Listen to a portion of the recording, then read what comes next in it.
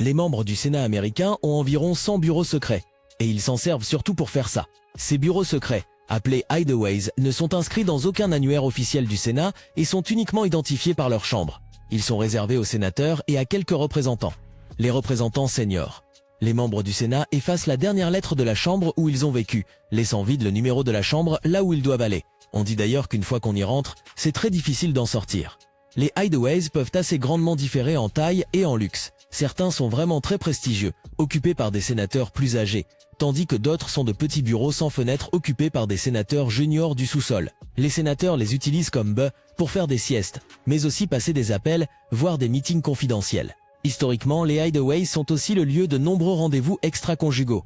Ils datent de l'ouverture du Capitole en 1800, mais leur nombre a vraiment augmenté après l'ouverture de nouveaux bâtiments dans le coin. Dans la cachette du sénateur John Kennedy, c'est la plus luxueuse du bâtiment. Il y a même une télévision à l'intérieur et une vue magnifique sur le mall des États-Unis. Et moi, je trouve ça totalement dingue de savoir que ces sénateurs continuent d'utiliser ces cachettes secrètement.